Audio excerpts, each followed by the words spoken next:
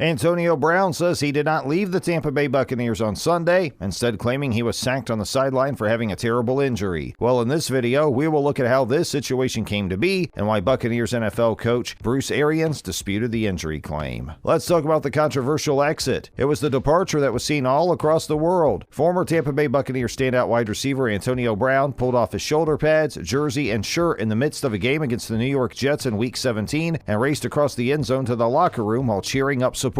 It was recently revealed that Brown and head coach Bruce Arians had a falling out over the wide receiver's ankle ailment, which resulted in the unusual scenario at MetLife Stadium. Antonio Brown says that his dramatic exit from the Buccaneers-Jets game was probably unnecessary. Brown is aware that he was acting on emotion when he stripped naked and left Tampa's Week 17 game. Whether it's Brown or the Buccaneers organization that's at fault in this predicament, the star wideout definitely didn't help himself by leaving the game in the third quarter. Brown claims to have realized this now. Brown was formally released by the Buccaneers last week, and his camp issued a long statement alleging a cover-up over the receiver's ankle injury. An MRI found broken bone pieces trapped in his ankle, as well as a ligament ripped from the bone and cartilage damage. Brown's scheduled to have surgery next week, according to NFL Media's Ian Rappaport. Next, Antonio Brown was being forced to play on the injury. Brown's attorney, Sean Burston, made a long statement Wednesday night in which he laid out his version of what transpired on the sideline brawl that led to his dismissal from the club, calling Buccaneers coach Bruce Arians' story 100%